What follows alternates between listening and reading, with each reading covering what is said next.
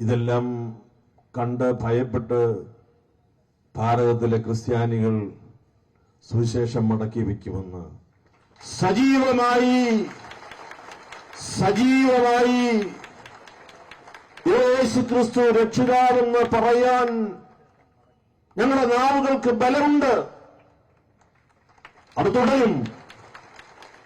ബഹുമാനത്തോടും ആദരവോടും മറ്റുള്ളവരെ കണ്ട് മറ്റ് വിശ്വാസങ്ങളെ മാനിച്ച് ഈ ശുശ്രൂഷ തുടരും.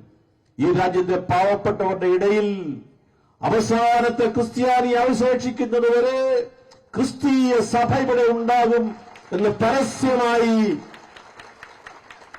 ഓർമ്മപ്പെടുത്തിക്കൊണ്ട് ഭരണാധികാരികൾ ഈ വിഷയത്തിൽ ഇടപെട്ട് നീതി നടപ്പാക്കുവാൻ വേഗത്തിൽ ശ്രമിക്കണം എന്ന അഭ്യർത്ഥന മുൻപോട്ട് വെച്ച്